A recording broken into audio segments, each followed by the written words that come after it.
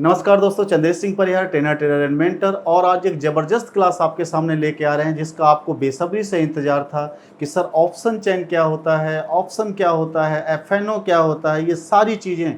क्योंकि जो लोग भाई बहन स्टॉक के बारे में अभी तक अपनी ट्रेडिंग करते आए हैं उनको बड़ा बेसब्री से इंतज़ार था कि सर ऑप्शन सीखें, एफएनओ के बारे में कुछ डिटेल पता हो। और अचानक अगर आप एफएनओ में उतर जाएंगे तो आपका बहुत बड़ा लॉस हो जाएगा। दोस्तों, इसके बहुत अच्छे मानक होते हैं, बहुत अच्छे कॉन्सेप्ट होते हैं जिनको आपको नॉलेज में लेना ही पड़ेगा।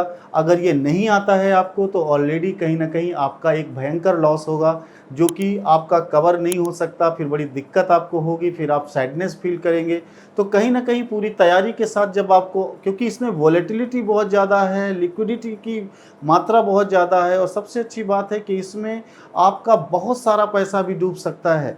तो चांसेस इसमें ज़्यादातर नुकसान के होते हैं क्योंकि वो गाइडलाइन भी आप जानते हैं सेबी की, जिसमें उन्होंने ये एक्सप्रेस किया है कि 93% लोग ही इसमें लॉस को बहुत ज़्यादा झेल रहे हैं। केवल वो पर्सन, मात्र 7% लोग हैं या 5% लोग हैं जो थोड़ा बहुत अच्छे से अपनी अपनी वर्किंग को पढ़ाई लिखाई के साथ, अच्छा नॉलेज लेने के साथ, अच्छी प्रैक्टिस के साथ इसे कर पा रहे हैं।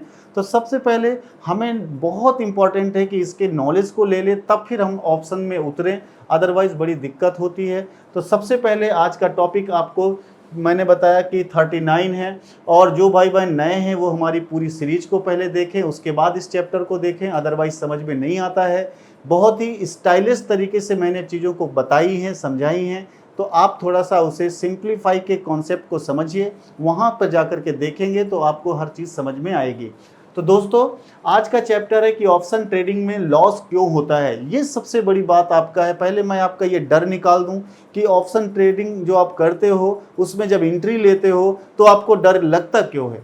अगर वो डर लग रहा है तो कहीं ना कहीं फिर आप उसकी कुछ ना कुछ प्रोसेस है उसको समझिए, तब फिर आप मार्केट में क्या करिए, एंट्री करिए। तो दोस्तों, सबसे पहले नेचर ऑफ ट्रेडर्स को हम जानते हैं कि नेचर ऑफ ट्रेडर क्या होता है, हर ट्रेडर का कैसा नेचर होना चाहिए। तो सबसे पहले लिखा हुआ है एक्शन।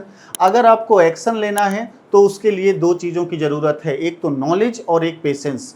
नॉलेज रखेंगे और धैर्य रखेंगे जो आपका एक प्रकार का गहना बन जाता है, तब आपको अपने आप पे बिलीव होता है और आपकी कंसिस्टेंसी जब स्टार्ट हो जाती है तो आप, एक माना जाता है कि डिसिप्लिन के कॉन्सेप्ट में बनते जा रहे हो। दोस्तों, ईगो नहीं करना है, डरना नहीं है और लालची नहीं बनना है और हम्बल प्रवृत्ति का रहना है। जो ये सारी की सारी धारणाओं को मैनेज कर पाता है वही आपका ट्रेडर का नेचर एक्सेप्ट कर पाता है। क्योंकि ट्रेडर का जो नेचर होता है वो बहुत ही एक प्रकार के साधुवाद की तरह होता है। वो जल्दी हैप्पी नहीं होता, जल्दी सैडनेस नहीं होता, अपनी स्ट्रेटजी पे काम करता है। अगर उसकी स्ट्रेटजी पे किसी भी प्रकार का कोई दिक्कत आती है तो उसको वो ऑलरेडी कहता है कि ये जो मैंने एसएल लिया या टारगेट लिया अपने सेटअप के अकॉर्डिंग लिया, कोई बात नहीं, अगर ये सेटअप मेरा यहाँ फेल हो गया है, मेरा ये लॉस भी हो गया है, तो भी मुझे कोई दिक्कत नहीं क्योंकि ये लॉस मैंने ही तो डिसाइड किया है। तो दोस्तों, ट्रेडर के नेचर को एक्सेप्ट करने से आपके बॉडी पे जो इमोशंस दिखते हैं वो सारी चीज़ नॉर्मल हो जाते हैं और ये प्रैक्टिस आपको महान बनाती है। तो आज जिस कॉन्सेप्ट पे हम घुसने वाले हैं, ऑप्शन ट्रेडिंग पे, तो उसके बारे में आपको बड़ी डिटेल में समझना है। वादा करता हूँ आपको फिर लॉस के चांसेस नहीं होंगे और इमोशन कंट्रोल जो आपका है वो ऑलरेडी बिल्कुल नॉर्मल रहेगा। तो दोस्तों, स्टार्ट करते हैं। विदाउट लर्निंग ऑप्शन, अगर हम बिना लर्निंग किए ऑप्शन पे एंट्री करेंगे तो हमारे साथ दिक्कत होती है। लर्निंग करिए तब फिर आप यहाँ पे अर्निंग के बारे में सोचिए। बीच में मैंने एक टॉपिक रखा है कि लर्निंग प्लस प्रैक्टिस, तब फिर आप अर्निंग के बारे में सोचिए। और प्रैक्टिस जब आप करते हो तो कोई ना कोई एक बेहतरीन सेटअप बनाते हो। और सेटअप कुछ नहीं है, सेटअप एक प्रकार से सही एंट्री को ढूंढना है, कहाँ पर मैं अपना बाय और सेल कर सकता हूँ, ये आपका एक प्रकार से सेटअप होता है जिसको देख करके आप वहाँ पर एंट्री लेते हो। तो ऑलरेडी सबसे पहले जैसे आपको जानना होता है कि स्ट्राइक प्राइस क्या है, और बहुत सारे भाई बहनों को स्ट्राइक प्राइस नहीं पता है और ऑप्शन में एंट्री कर जाते हैं, फिर कहते हैं सर मुझे लॉस हो गया। बहुत सारे भाई बहन हैं वो टाइम डिके के बारे में नहीं जानते हैं, जिसको थीटा डिके भी कहते हैं, टाइम डिके भी कहते हैं। तो कहीं ना कहीं क्या है कि आपको उसका नॉलेज नहीं था, आपने सिंपल क्या किया, अभी तक जो आपने सीखा वो एक नॉर्मल स्टॉक को बाय करने के पर्पज से था कि आपने किसी स्टॉक को बाय किया, सेल किया। लेकिन जब हम ऑप्शन पे जाते हैं तो यहाँ पे कुछ ना कुछ चीज़ें आपको डिफरेंट मिलती हैं जिन्हें आपको समझना है। इसी के साथ साथ आपको ये समझना होगा कि एक्सपायरी के रूल्स क्या होते हैं। अगर मार्केट में एक्सपायरी आ गई, उस दिन आपका पैसा पूरा का पूरा शाम तक जीरो हो जाएगा। तो कहीं ना कहीं अपने पैसे के बारे में भी सोचना है कि अपना कितना टाइम डिके हुआ है, कितना एक्सपायरी का रूल्स बन रहा है आपके सिस्टम में। बहुत सारे लोग क्या हैं कि वो ऑप्शन कॉन्ट्रैक्ट के बारे में नहीं जानते। तो ऑप्शन कॉन्ट्रैक्ट क्या होते हैं, कॉन्ट्रैक्ट कितने कितने दिनों के होते हैं, वीकली कॉन्ट्रैक्ट है, मंथली कॉन्ट्रैक्ट है, ठीक है। ये सब चीज़ों को समझना भी आपके बारे में बहुत ज़रूरी है, तब आप ऑप्शन के अंदर एंट्री करिए। बहुत सारे लोगों को डेल्टा, थीटा, बेगा, गामा इनका नॉलेज नहीं है कि ये भाई कौन सी बला होती है, कि डेल्टा का क्या मतलब हो गया, बेगा का क्या मतलब हो गया, थीटा का क्या मतलब है, गामा का क्या मतलब है। तो ये भी आपको अगर पढ़ना है, जब आप पढ़ाई करेंगे इसके बारे में A to Z चीज़ें जान जाएंगे, तब आप ऑप्शन कॉन्ट्रैक्ट में उतरिएगा तो आपको बहुत मज़ा आने वाला है। अदरवाइज आपका लंबा नुकसान होगा। क्यों? क्योंकि यहाँ पर बहुत ज़्यादा मार्केट वोलेटाइल रहता है, चाहे वो आपका निफ्टी हो, बैंक निफ्टी हो, या फिर आपका जो है फिन निफ्टी। ये सब तरीके से मैं आपको बताना चाहता हूँ कि ये टर्मोलॉजी भी आपके बारे में पता होना चाहिए। एग्जैक्ट इनकी बहुत ज़्यादा ज़रूरत टाइम टू टाइम पड़ती रहती है, पर मिनट पर सेकेंड इसकी रिक्वायरमेंट है। तो जो टर्मोलॉजी लिखी गई है इनको एक एक करके समझना है, जानना है, तब आपको कॉन्ट्रैक्ट को कॉन्सेप्ट में समझना है। आप ऑप्शन ट्रेडिंग को ऐसे नहीं समझ सकते हैं बिना इसके समझे हुए। दोस्तों, आपको जानना है कि FII क्या होते हैं, DI क्या होते हैं, HNI क्या होते हैं, इनके बारे में अच्छे से पता होना चाहिए, ठीक है। इसके बाद में क्या आप गेम ऑफ बायर्स और सेलर्स के गेम को समझ पाएंगे? यहाँ पर नहीं समझते हैं तो भी आपको ऑप्शन ट्रेडिंग में नहीं उतरना है, क्योंकि जो बायर होते हैं और या जो सेलर होते हैं उसके कॉन्सेप्ट को यहाँ पे समझना है कि आप कॉल बाय कर रहे हो या पुट बाय कर रहे हो, या फिर कॉल को सेल कर रहे हो या पुट को सेल कर रहे हो, उसके डायरेक्शंस को आपको समझना बहुत ज़रूरी होता है। इसके बाद PCR वैल्यू को भी निकालना आपको पता होना चाहिए कि पुट और कॉल रेशियो क्या होता है, उसको आपको निकालना है। कैसे आप इसे निकालेंगे, किस प्रकार से इसका यूज़ करेंगे, ये सब आपको ऑप्शन ट्रेडिंग में ज़रूरत पड़ेगी। इसके बाद इंडिया विक्स को भी देखना आना चाहिए। आपकी इंट्रिंसिक वैल्यू जिसको IB बोलते हैं, इंडिया विक्स को भी IB बोलते हैं, इसको भी तो आपको समझना है। इंडिया विक्स है क्या, कितना इसका क्या रेट रहेगा, तो हमें क्या करना है, IB का मतलब क्या है, इंट्रिंसिक वैल्यू किसे कहते हैं, तो ये चीज़ भी समझना है आपको। तो ये सब टर्मोलॉजी आपको हम क्या करेंगे, समझाना है, ताकि आप ऑप्शन ट्रेडिंग में पहले लर्निंग करिए, इसके बाद फिर आप उसके बारे में अर्निंग का सोचिए। तो सबसे बड़ी प्रॉब्लम यही होती है कि हम इस स्टॉक मार्केट में आते हैं तो प्रॉफिट के लिए आते हैं कि आज हम कितना कमाएंगे। कभी ये नहीं सोचते हैं कि आज हमारा एसएल क्या रहेगा, कितना हमको आज एसएल लेना है। कमाने के बारे में हम बाद में भी सोच सकते हैं, लेकिन एसएल के बारे में बहुत इंपॉर्टेंट है दोस्तों।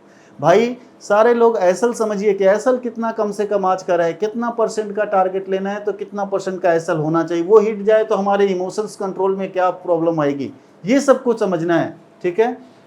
नेक्स्ट क्या होता है, नो मनी मैनेजमेंट। आपका मनी मैनेजमेंट भी सुधारना बहुत ज़रूरी है, क्योंकि जब ऑप्शन ट्रेडिंग में उतरेंगे तो यहाँ पर अब क्या था कि ऑलरेडी जितना भी पैसा आप लेके आएंगे कॉन्ट्रैक्ट के ख़त्म होने के टाइम तक वो सारा पैसा जीरो हो जाएगा। तो दोस्तों यहाँ पे मनी मैनेजमेंट को भी समझना है। जैसे you have 15 K capital if you want to do option, ठीक है। अगर ऑप्शन में आना है तो आपको लगभग 15,000 रुपये तो चाहिए ही चाहिए।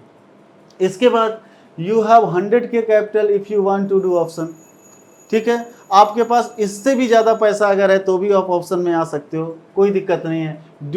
You don't know how to manage your money, इसके बारे में समझिएगा। Do you have health insurance? सबसे पहले इंपॉर्टेंट चीज़ आपके लिए हेल्थ का इंश्योरेंस होना जरूरी है। आप कहेंगे सर ये बीच में कहाँ से ऑप्शन ट्रेडिंग में आ गया। दोस्तों ऑप्शन ट्रेडिंग तब करिए जब आप मेंटली सेटिस्फाई हुई है। ऑप्शन ट्रेडिंग तब करिए जब ऑलरेडी आप कुछ खर्चों को निकाल चुके होइए। क्योंकि ये जो प्रोसेस है ये एक लेंदी प्रोसेस है, ये आपका पैसा लंबे तब समय तक चलने नहीं देगा, क्योंकि अभी स्टॉक पे आप ट्रेडिंग नहीं कर रहे हो, कहीं ना कहीं यहाँ पे पैसा, लंबा पैसा भी आपका डूब सकता है। इसको मद्देनज़र रखते हुए पहले आपको अपनी एक फिनेंशियल प्लानिंग को डिस्कस कर लेना है। तो 2-4 क्वेश्चन है, समझिएगा। अगर आपका हेल्थ इंश्योरेंस है, पहले अपने आप से पूछिए, नहीं है तो ऑलरेडी इसको कराइए। क्यों? क्योंकि आपका बहुत छोटा सा अमाउंट लगेगा हेल्थ इंश्योरेंस में, लेकिन आपकी फैमिली सिक्योर रहेगी। कभी अचानक आपको मोटे पैसे की ज़रूरत पड़ती है तो ऑलरेडी आप क्या करोगे, वो पैसा आपका कवर रहेगा। कहाँ से? बीमा कंपनियों के द्वारा। आप अपने तरीके से पूछिए कि क्या कोई आपने एसआईपी ले रखी है। अगर एक एसआईपी नहीं ली हुई है तो उसको सिस्टमैटिक इन्वेस्टमेंट प्लान जिसको बोलते हैं, जिसे आप यहाँ पर सिंपली कह सकते हैं कि म्यूचुअल फंड में आप कोई ना कोई एक इन्वेस्टमेंट कर दीजिए, जिससे आपको ये चीज़ें क्लियर रहे कि मुझे जो एक्स्ट्रा इससे अमाउंट बचेगा उससे मैं ऑप्शन ट्रेडिंग को मैनेज करूँगा। ठीक है, तो दूसरा हो गया आपका क्या कि कोई ना कोई एक एसआईपी फैमिली के नाम कराइए। तीसरा है do you have 6 month emergency fund, बहुत ज़रूरी है। अगर नहीं रखे हैं इमरजेंसी फंड तो आप ऑप्शन ट्रेडिंग पे मत आइए। 6 महीने तक, साल भर तक के आपके पास एक फ़ंड रहना चाहिए। उस फंड को आप बिल्कुल टच नहीं करेंगे, क्योंकि यहाँ पर हम एक इन्वेस्टमेंट करने के जरिए से आ रहे हैं।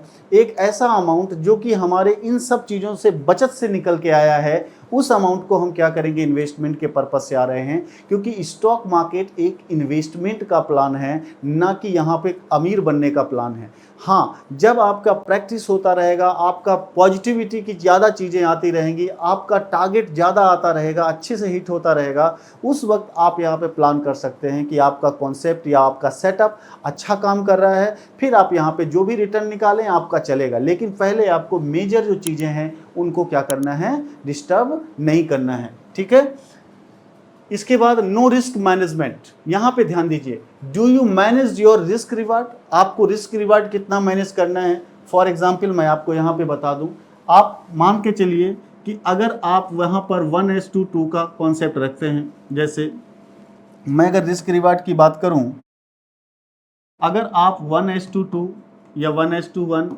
ठीक है, 1:2 या 1:3 ऐसे रिस्क रिवार्ड को आप रखना चाहते हैं, तो यहाँ पर आपका सबसे प्लस पॉइंट ये होगा कि कहीं ना कहीं अगर छोटा सा भी अमाउंट आप लगा रहे हो और आपका रिस्क रिवार्ड मैनेजमेंट सही नहीं है, तो मंथ के एंड में या वीक के एंड में आप देखोगे कि ऑलरेडी आप अच्छा कमा नहीं पाओगे।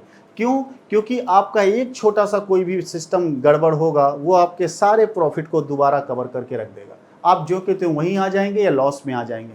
इसलिए हमेशा इम्पॉर्टेंट आपको ध्यान देना है कि वो एक सेटअप आपको ढूंढना है जिस पे आपको ट्रस्ट हो। दूसरा, रिस्क रिवार्ड को मैनेज करके चलना है। 1:2 या 2:2, 1:3 या 1:4, जो भी आपको ठीक लगता है, आप उस रिस्क रिवार्ड को मैनेज करके चलेंगे, तभी आपका यहाँ पे सिस्टम में भरपाई हो पाएगी और आप एक प्रॉफिटेबल ट्रेडर में बन पाएंगे। ठीक है, do you write your daily trades, अगर आप कोई भी ट्रेड करते हो उसमें चाहे प्लस हुआ हो या माइनस हुआ हो, इसका लेजर का जो जर्नल होता है उसे आप जरूर बनाइए। जो मैं अगला चैप्टर लाऊंगा मैं इसी लेजर से संबंधित लाऊंगा कि अब आपको तैयार रहना है लिखने के लिए कि लेजर जर्नल कैसे बनाएं।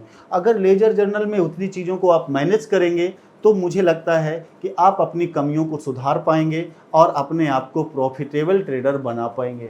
ठीक है, do you take 1:3 RRR risk reward ratio, मतलब यही मैं आपको बता रहा हूँ कि जैसे सपोज दैट आपका फर्स्ट वीक कोई चल रहा था, उसमें पहले दिन 500 रुपये का लॉस हो गया, दूसरे दिन जाते हैं 500 रुपये का लॉस हो गया, देखिएगा 500 रुपये का लॉस हो गया, तीसरे दिन फिर आपका 500 रुपये का लॉस हो गया। मैं ये मानता हूँ कि आपका सेटअप बार बार गड़बड़ कर रहा है, तो कहीं ना कहीं ये सुधारने का भी तो आपको मौका बता रहा है ना। अगर ये लिखेंगे तभी तो अच्छे से आपको पता होगा कि मेरी एरर क्या थी।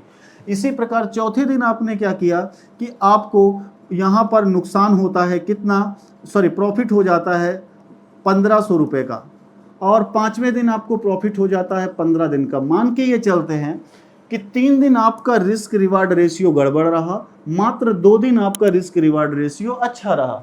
तो हुआ क्या, 3 दिन में आपने मात्र 1500 रुपये गंवाए, लेकिन आप 2 दिन में मात्र 3000 रुपये को पा जाते हैं, जिसमें से आपका जो प्रॉफिट है वो 1500 रुपये देखिए निकल के आया। अगर ये वीकली रहा है तो मंथली अगर इस रेशियो पे आप चले, मान लेते हैं 50% आपका रिस्क रिवार्ड रेशियो गड़बड़ा जाता है, 50% ही काम किया, तो भी आप यहाँ पर 1500 रुपये के हिसाब से 4 महीने में टोटल मिला के 6000 रुपये के प्रॉफिट पे रहते हो, जो कि अगर हम ध्यान से देखें तो ये एक बड़ा अमाउंट है, ये एक बड़ा अमाउंट है जो आपने यहाँ पे अर्न किया। लेकिन अगर यही सिचुएशन यहाँ रहती, आप 1:1 के रेशियो में रहते, 500 यहाँ पे आता, 500 यहाँ पे आता, तो अल्टीमेट आप मंथ के लास्ट में लॉस में ही होते। तो इसलिए रिस्क रिवार्ड रेशियो को करना बहुत ज़रूरी है, ठीक है। यहाँ पर बहुत सारे भाइयों बहनों के साथ दिक्कत क्या होती है, उनको अपने सेटअप पे परेशानी होती है। परेशानी इन द सेंस कि उनको विश्वास नहीं होता है, उनको अपने सेटअप पे भी विश्वास नहीं है, उनके अपने कॉन्सेप्ट पे भी विश्वास नहीं है, अपने आप पे कम विश्वास है। अगर उनसे ये पूछ लिया जाए कि आपने ट्रेड लिया क्यों, तो उसमें से एक भी दो जवाब नहीं दे पाएंगे। सिंपल यही कहेंगे कि यहाँ पर कैंडल लाल और हरी बन रही थी इसलिए मैंने ट्रेड ले लिया। उन्होंने क्या नहीं किया, समझिएगा, उन्होंने पहले मार्केट के स्ट्रक्चर को नहीं समझा कि मार्केट का स्ट्रक्चर क्या है। दूसरी चीज़, उन्होंने एरिया ऑफ वैल्यू नहीं निकाला, मतलब कहाँ पर मेरा क्या हो सकता है, प्रॉफिट हो सकता है, तो वो उन्होंने पता नहीं कर पाए। और तीसरा, उनको एग्जिट कब होना है वो आपका नहीं पता। चाहे आपका टारगेट मिल जाए और चाहे आपका लॉस हो जाए, ये इंपॉर्टेंट नहीं है, लेकिन आपको एग्जिट कब करना है ये इंपॉर्टेंट है। अब ध्यान से समझिएगा, मार्केट में अगर आपका 500 रुपये का लॉस हुआ, आप झमाक से 500 रुपये का लॉस दे देते हो, लेकिन जब आपको टारगेट मिलने वाला है तो मार्केट क्या करता है, थोड़ा सा रिट्रेसमेंट करेक्शन करते हुए मार्केट चलता है। तो जब मार्केट करेक्शन करते हुए चलेगा तो ऑलरेडी आपको इतना डर लगता है कि कहीं नीचे ना आ जाए, कहीं नीचे ना आ जाए। जब आपको ये पता है कि ये ट्रेंड चल रहा है, ठीक है, ये भी पता है कि एरिया ऑफ वैल्यू भी मेरा सही है और मुझे निकलना कब है, ये टारगेट और एसएल दोनों आपने लगा के रखा है, तो बीच में जल्दी से कट करके आप निकल जाते हो। जानते हो क्या सोचते हो कि जो पिछले दिन का लॉस हुआ था ना, उस लॉस को आज कवर कर लेते हैं, 500 रुपया कवर कर लेंगे, बढ़िया होगा। कल यही कंडीशन होगी, 500 रुपया कवर कर लेते हैं, फिर हो सकता है उस दिन मार्केट आपको 1:3 1:4 का आपको रेशियो का क्या दे रहा हो, प्रॉफिट दे रहा हो, लेकिन आप प्रॉफिट लेने जा ही नहीं रहे। जो आज लॉस किए हैं उसको कल कवर कर रहे हैं, जो कल आपने लॉस किया उसे परसों कवर कर रहे हैं। यही चीज़ चलती रहेगी तो आपका जानते कितना बड़ा नुकसान हुआ। आपने अपना समय का नुकसान किया, डेज का नुकसान किया, आपने अपना पर्सनल जो समय बैठ करके दिया, जो मेंटल आपको स्ट्रेस बना था वो आपने नुकसान किया। आप प्रॉफिट में कभी नहीं आ सकते हो। तो कम से कम मार्केट को अपने कॉन्सेप्ट तक पहुंचने तो दो, रिस्क रिवार्ड रेशियो लेने तो दो, इसके बाद आप यहाँ पर प्रॉफिट की ट्रेडिंग जो आप कर रहे हैं उस जर्नी में इंक्लूड हो पाएंगे, ठीक है। तो ये ध्यान देना है, how much you will loss against gain, यही इंपॉर्टेंट पार्ट आपका है रिस्क रिवार्ड का, कि आप जो आज खोने वाले हो उसके बदले में कितना प्रॉफिट पाना चाहते हो। अगर ये चीज़ आपके साथ क्लियर हो जाए रिस्क रिवार्ड मैनेजमेंट, तो आपके लिए अच्छा होगा। कवर मत करिए, कल का जो ट्रेड हुआ था, कल क्या हुआ जाने दीजिए, उससे नहीं मतलब है। आज जो हो रहा है, आज का सेटअप नया है, उस सेटअप को आपको समझना है और उसके बिहेव पे आज आपको जो भी करना है आज का करिए, ठीक है, कल का भूल जाइए, ठीक है। तो आप यहाँ पे अच्छे से रिस्क रिवार्ड मैनेजमेंट को मैनेज कर पाएंगे। नेक्स्ट है ग्रीड के बारे में। दोस्तों, सोशल मीडिया में बहुत सारे लोग क्या करते हैं, तरह तरह का आपको लालच देते हैं, आप मेरे सेटअप पे आ जाइए, मेरे यहाँ ज्वाइन कर लीजिए तो ऐसा हो जाएगा, वैसा हो जाएगा। कुछ नहीं होता है। हर वो व्यक्ति जो सिस्टम में पैसे उड़ाता हुआ दिख रहा है, बहुत अच्छे से अपने आप को बता रहा है, मैं आपसे वादा करता हूँ सारे के सारे एडिटेड होते हैं। पीएनएल को कॉन्सेप्ट की मैं अगर बात करूँ, ठीक है, या फिर उन्होंने अच्छा किया है तो आप अच्छा नहीं कर ले जाओगे, ऐसा नहीं है। आपके साथ 2-3 चीज़ें 4 चीज़ें मैं मैनेज कर दूँ। अगर हर व्यक्ति को, या मैं सिंपल एक छोटी सी भाषा में आपसे बोलूं, अगर केवल और केवल आप ये समझ जाएं कि मुझे एंट्री लेना कहाँ है और कहाँ निकलना है, ठीक है, बस आपका गेम हो गया। किसी भी सेटअप की कोई ज़रूरत नहीं है। आप अपना सेटअप बनाइए, अपने तरीके से उसको मैनेज करिए, पढ़ाई करके आप, प्रैक्टिस करके आप इंटर करिए। आपका सेटअप ऐसा है, कोई भी एक ट्रेडर ये नहीं बता सकता कि मार्केट का आज मूड क्या रहेगा। मार्केट क्या करने वाला है, कोई भी सेटअप नहीं। हम एक प्रोबेबिलिटी के गेम को पास करते हैं कि 80% तक 70% तक मार्केट में ये चांसेस हैं, वो भी बैक टेस्ट को देख करके, पुरानी चीज़ों को समझ करके। और 80% के साथ साथ 20 से 30% प्रोसेस ये भी हो सकता है कि मार्केट हमारी दिशा में ना जाए। तो यही से एक कंक्लूजन निकल के आया जो मैंने अभी बताया कि रिस्क रिवार्ड मीन्स जो आपका रेशियो है 1:2 तो रखिए ही रखिए, मिनिमम, बहुत मिनिमम रखना है तो 1:1.5 रख लीजिए, लेकिन उससे कम नहीं। क्यों? क्योंकि यही चीज़ आपको मैं बता रहा हूं कि अगर आपको सबसे पहले पहचानना क्लियर हो गया कि सेटअप मेरा क्या है, मुझे एंट्री कहां लेना है, तो फिर आपको बड़ी आसानी से यहां पर चीज़ों में लॉस नहीं मिलेगा, आप लास्ट में प्रॉफिट में ही रहोगे। तो यहाँ पर सोशल मीडिया जो इन्फ्लुएंसर्स हैं जो बड़ा पैसा दिखा रहे हैं, आइए इतना बड़ा पैसा यहाँ है, मैंने तो करोड़ों कमाए, लाखों कमाए, ये सब चीज़ों को छोड़िए। आपने क्या कमाया, उसने क्या कमाया, ये उसको समझने दीजिए ना, ठीक है। पीपल्स प्रॉफिट और लॉस जो आपका है, मतलब लोगों के प्रॉफिट और लॉस को आप देखते हो और आप क्या करते हो, आप सिस्टम में इन्वॉल्व होना चालू कर देते हो। लो सर, आप मुझसे पकड़ो 50,000 1 लाख रुपए मुझे सिखा दो, मैं जल्दी से बड़ा आदमी बनना चाहता हूँ। नहीं, ऐसा नहीं, ठीक है। इसी के साथ क्रिएटर्स लग्जरी लाइफ शो करते हैं, बड़ी बड़ी BMW, आपका रेंज रोवर, इन सब पे चलते हुए आपका मर्सिडीज। तो ऐसे कॉन्सेप्ट में आपको भी लगता है कि अरे यार ये लोग तो कुछ नहीं करते हैं, देखिए स्विमिंग पूल में टहल रहे हैं या तैर रहे हैं, या और मेन चीज़ क्या है, बड़े बड़े गार्डन्स की एंट्री हो रही है ना, अच्छे अच्छे सेमिनार्स पे जा रहे हैं और पैसा लगा हुआ है, रोज का करोड़ों रुपए बन रहा है। आप उनकी लाइफ स्टाइल से मत प्रभावित होइए। आपको क्या करना है, आपको अपने लाइफ से मतलब है कि आपको क्या आता है। एक बहुत अच्छी चीज़ मैंने सीखी है मार्केट में, मैं आपको सिंपल सा बताना चाहता हूँ। एक जादूगर था, उस जादूगर ने क्या किया कि कहीं ना कहीं कुछ ऐसे चमत्कार दिखाए जिससे उसके पास ठीक ठाक पैसा आ गया। तो यहाँ पर लोग क्या करते हैं, उसके अंधभक्त हो जाते हैं, जैसे कहते हैं ना कि एकदम विश्वास करके वो मार्केट में उतर गए। लेकिन दोस्तों एक चीज़ को समझना है, उसके चमत्कार से आपको क्या चमत्कार मिला, उसके चमत्कार से आपको क्या प्रॉफिट हुआ, ये बड़ा इंपॉर्टेंट पार्ट है। उसने क्या चमत्कार किया, उससे उसने पैसे बनाए, लेकिन आप उसके अंधभक्त क्यों हो गए। मैं ये आपसे दूरी बनाने की बात कर रहा हूं कि जब तक उस चमत्कार से समाज का कल्याण नहीं होता है, तब तक हमारे लिए वो आदमी इंपॉर्टेंट नहीं है। तो इसी प्रकार ऐसे ही इन्फ्लुएंसर्स होते हैं जो क्या करते हैं, लंबी लंबी चीज़ें, लग्जरियस लाइफ के बारे में आपको सपने दिखाते हैं और अपनी चीज़ों को दिखाते हैं। ये चीज़ें उसके लिए हैं, वो कहाँ से लाया, कैसे लाया, कितने कर्ज में है, कितना लूटा मार्केट का, उसको उससे आप नहीं जानते ना, उसको उसने जो बताया उस पर आपने बिलीव किया और एंट्री ले बैठते हो। होप अर्न बिग मनी, ठीक है। यहाँ पर देखिएगा, अगर बनी बहुत ज़्यादा बड़ी मनी को बनाने की बात आती है, आशा किया जाता है, दिखाया जाता है, तो आप भी एक आशा कर बैठते हो कि बहुत बड़ा पैसा यहाँ से बन के आएगा और आप एंट्री ले बैठते हो। क्विक मनी ड्रीम्स, बहुत सारे लोगों के साथ, 90% लोगों के साथ ये प्रॉब्लम्स आती है। वो तुरंत बड़े आदमी बनना चाहते हैं, तुरंत बनना चाहते हैं बिना ये जाने। देखिए, बनने के लिए आदमी को 2 से 3 साल, बड़ा आदमी बनने के लिए परफेक्ट समय होता है। ज़रूरी नहीं है कि जो लोग 20 साल में अच्छा नहीं कर पाए, 10 साल में अच्छा नहीं कर पाए, तो मैं एज को इसको फैक्टर नहीं मानता हूँ। अगर आपका एज 20 साल है, 25 साल है, 30 साल है, 50 साल है, अगर आपने एक सही चीज़ों को गेन कर लिया, तो मात्र 50 साल या 60 साल की भी एज हो तब भी कोई फ़र्क नहीं पड़ता और आप एक बहुत बड़ा अपना नाम कमा सकते हो। बड़ा आदमी बनना बड़ी बात नहीं है, नाम को मैनेज करना बड़ी बात है। तो ऐसे में आपको ये सोचना है कि मुझे अगर इस लाइन में उतरना है तो स्टेप बाय स्टेप उतरना है और मुझे सीख करके यहाँ पे प्रैक्टिस करना है, और तब मैं छोटा सा भी अर्न करूँगा। लेकिन अगर मेरी ट्रेड प्रॉफिट में जा रही है तो ऑलरेडी अगर मैं इस 10,000 की जगह 1 लाख लगाऊंगा, 1 करोड़ लगाऊंगा, तो भी मुझे प्रॉफिट होगा।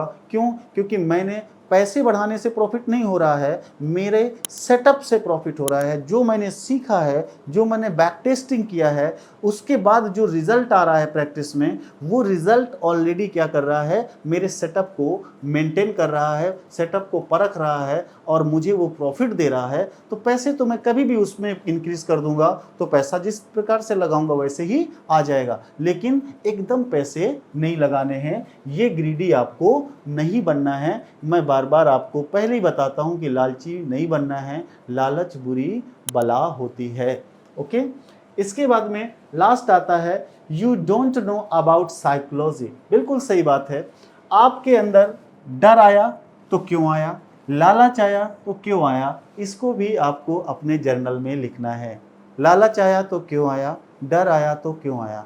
डर कब आता है, जब आप किसी चीज़ में परफेक्ट नहीं होते हो। लालच कब आता है, जब आप किसी चीज़ में परफेक्ट होते हो और रातों रात आप उसको क्या करते हो, बिजनेस बनाने की कोशिश करते हो, तो दिक्कत होती है। व्हाट इज रिवेंज ट्रेडिंग, ये नहीं करना है। बदले की भावना से ट्रेडिंग नहीं करना है। आपका आज 500 चला गया तो आप गुस्से में आ जाते हो कि चला कैसे गया, तो आपने क्या किया, उस 500 को कवर करने के लिए आप और भी ट्रेड ले लेते हो, फिर तीसरी ट्रेड लेते हो, दिन भर में 20-20, 25-25 ट्रेड ले डालते हो। सेटअप की बात होती है भैया। अगर कहीं भी कोई प्रॉब्लम क्रिएट हुई है, रुक जाओ, कल फिर देखेंगे, क्योंकि कल का मार्केट का मूड दूसरा होगा। कल नए नए लोगों की एंट्री होगी। आज मार्केट अगर आपको साथ नहीं दिया तो कल देगा, लेकिन 1 या 2 से ज़्यादा, 3 से ज़्यादा आप एंट्री मत करो दिन भर में। ये आपको कभी रिवर्स करके नहीं देगा, वापस ला के नहीं देगा। जो मार्केट में चला गया वो मार्केट का हो गया। इसीलिए मार्केट भगवान से बोलो कि हे मार्केट भगवान, आपको जो लेना था ले लिया, अब मेरे पास आज की डेट में इससे ज़्यादा खोने के लिए पैसे नहीं हैं, अब मैं ट्रेड नहीं लूँगा। What is guilt feeling, guilt feeling कब होता है, जब आपका लॉस होता है। तो इस लॉस को आपने गिल्ट फीलिंग क्यों बनाया, क्योंकि कहीं ना कहीं आपने आज भी एक्सेप्ट नहीं किया कि मैंने जब एंट्री लेना स्टार्ट किया था तो मैंने ही तय किया था कि मेरा इतना लॉस हो, अगर मिले तो इतना मुझे प्रॉफिट हो। एसएल और टारगेट आप ही जब सेट कर रहे हो तो गिल्ट फील करने की रिक्वायरमेंट क्या है। गिल्ट तब फील होता है जब आप ओवर ट्रेडिंग कर बैठते हो। ठीक है, इसके बाद हॉप ट्रेडिंग। आज मुझे ऐसा लग रहा है कि मार्केट ऊपर ही जाएगा। हाँ, आज मुझे ऐसा लग रहा है कि मार्केट ऊपर जाएगा, या मुझे ऐसा लग रहा है कि मार्केट नीचे जाएगा। मैं अगर आपसे ये पूछूं कि आपको ऐसा क्यों लग रहा है, तो नहीं पता, बस मुझे ऐसा लग रहा है क्योंकि मैंने आज शाम को या सुबह सुबह उठ करके भगवान जी की पूजा की थी और मुझे ऐसा कुछ सिग्नल मिला कि मार्केट ऊपर जाएगा। ठीक है, तो ये होप ट्रेडिंग होती है। ठीक है, इससे कभी जिंदा नहीं रहना है हमको। ठीक है, व्हाट इज ओवर कॉन्फिडेंस। अगर आज आपका अच्छा चला गया या आज आपका थोड़ा लॉस हो गया तो कॉन्फिडेंस आपका लो और हाई होता है। यही आपके इमोशंस हैं, इन्हीं को कंट्रोल करना सीखना है। क्योंकि मैं आपसे पूछूं कि आप प्रॉफिट में हैं तो आप आज इतना खुश क्यों हैं, क्योंकि मार्केट है, हो सकता है मार्केट कल आपको प्रॉफिट ना दे। तो आपको इतना ज़्यादा लो कॉन्फिडेंस नहीं रखना है, हाई नहीं करना है, एक समान रहना है। ये ट्रेडर का नेचर है। इसके बाद व्हाट इज सैडनेस। ज़्यादा से ज़्यादा ओवर ट्रेडिंग हो जाती है तो आपके अंदर सैडनेस आ जाती है। इसके बाद how do you feel after win. ये गलत लिख गया है, ई विन होता है जीतने के बाद आप कैसा फील कर रहे हो। जीतने के बाद आप कैसा फील कर रहे हो ये देखिए, लिखिए। और हारने के बाद आप कैसा फील कर रहे हो ये भी लिखिए। ये ट्रेडिंग जो जर्नल है ना, ये आपको बहुत मजबूत बनाएगा। बस लोगों का कलम और कॉपी नहीं उठती है, इससे मुझे तकलीफ है। कलम और कॉपी अगर उठ जाएगी तो देखिएगा आपके ट्रेड में बहुत बड़ा अंतर आएगा। भली लॉस हो रहा है उससे कोई फर्क नहीं पड़ता है। पहली चीज़ ओवर ट्रेडिंग नहीं करनी है, दूसरी चीज़ अपने जर्नल को लिखना है, और सबसे इम्पॉर्टेंट चीज़ जो भी आप फील करते हो ट्रेड लेने के पहले, ट्रेड लेते समय, ट्रेड लेने के बाद आप इसे जर्नल में लिखिए, ताकि हम अपने इमोशन कंट्रोल मैनेजमेंट को कंट्रोल कर सकें। ठीक है, और सबसे इम्पॉर्टेंट चीज़ how to you feel after loss. दोनों को मैंने बता दिया यहाँ पे कि आपको लॉस और विन दोनों में क्या करना है, समझना है कि आखिरकार मुझे ऐसा क्यों हुआ। ये एक बहुत इंपॉर्टेंट पार्ट आपके लिए है। तो दोस्तों, आज जो मैंने आपको बताया, ये ऑप्शन ट्रेडिंग से सबसे पहले आपको ये चीज़ बहुत अच्छे तरीके से लिखना है, जांचना है, और आज का चैप्टर आपकी लाइफ का इम्पोर्टेंट चैप्टर इसलिए भी है क्योंकि ऑप्शन ट्रेडिंग जब स्टार्ट है तो कहीं ना कहीं इन सब चीज़ों को बीच में नहीं ला सकते। हमें पहले ही हर हाल में इन सब चीज़ों को क्या करना है, बताना है, ताकि आपका इमोशन मैनेजमेंट बहुत अच्छा हो जाए और कहीं ना कहीं आपके ट्रेडिंग प्रॉफिट जर्नी में 4 चांद लग जाएं। तो इसी के साथ आज हम इस टॉपिक को बंद किए हैं। मिलते हैं अपने अगले टॉपिक में बहुत इंपॉर्टेंट ज़बरदस्त चैप्टर के साथ ऑप्शन ट्रेडिंग के। तब तक के लिए मुझे दीजिए विदा। जय हिंद, जय भारत, नमस्कार।